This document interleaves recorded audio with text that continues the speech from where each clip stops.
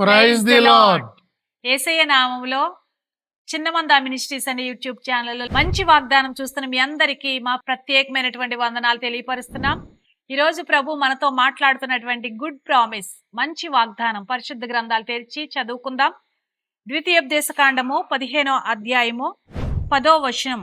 నీ దేవుడైన యెహోవా నీ కార్యములన్నిటిలోనూ నీవు చేయి ప్రయత్నములన్నిటిలోనూ నిన్ను ఆశీర్వదించును.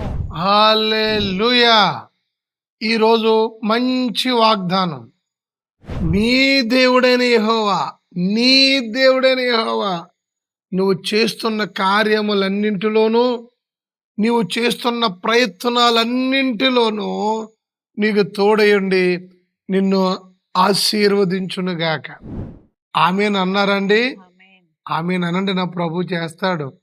గతించిన నెలలో, గతించిన సంవత్సరాలలో ఎన్నో ప్రయత్నాలు చేసావు, విఫలమైపోయినాయా? ఎన్నో కార్యాలు తలపెట్టావు, ఆ కార్యాలు ఆగిపోయినాయా? సాయం చేస్తానన్నవారు ముఖం చాటేశారా? ఫోన్ ఎత్తట్లేదా? మెసేజ్కి రిప్లై లేదా?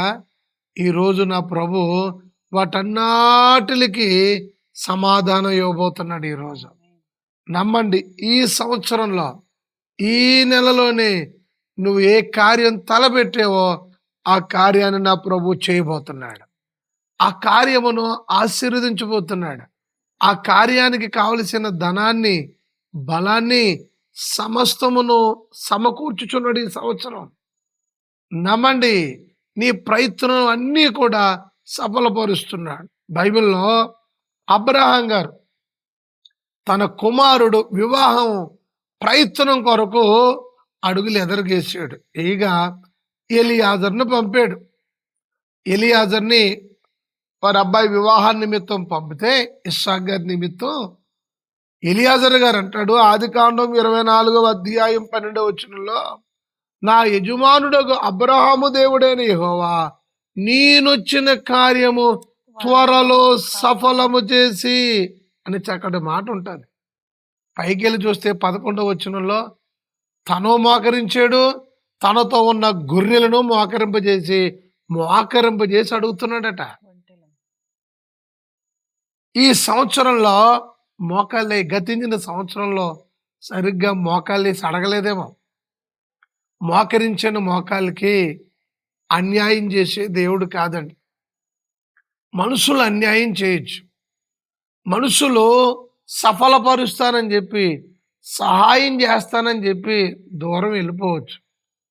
ఈరోజు నా ప్రభు నీతో మాట్లాడుతున్నాడు.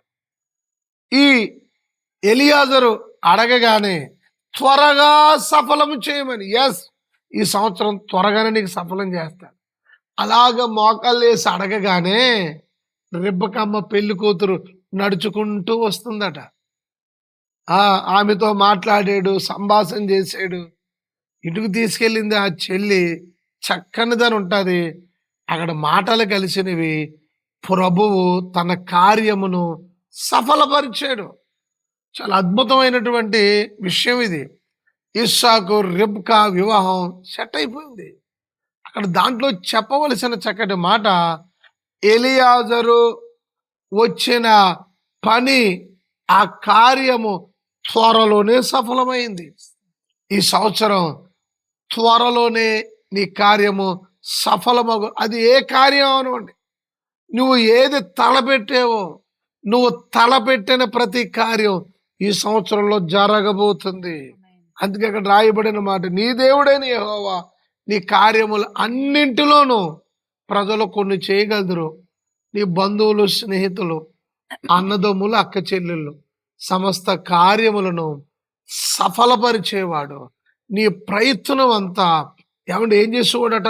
ప్రయత్నములన్నిటిలో నిన్ను ఆశీర్వదించేవాడు నీ దేవుడైన యెహోవా.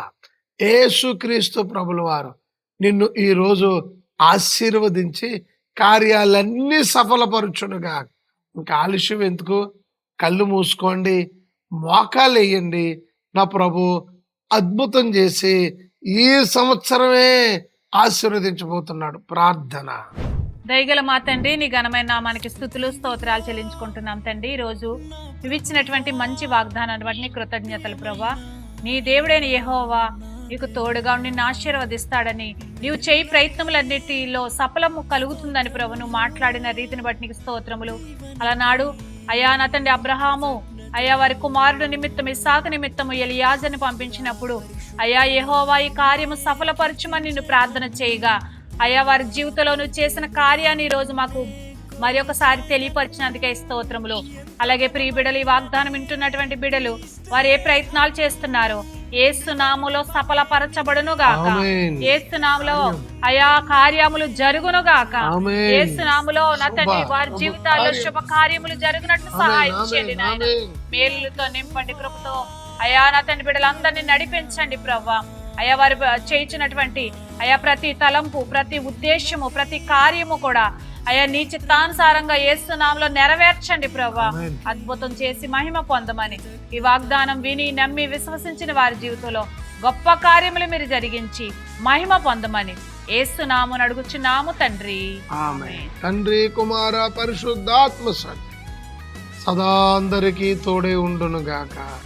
ఆమేన్. God bless you.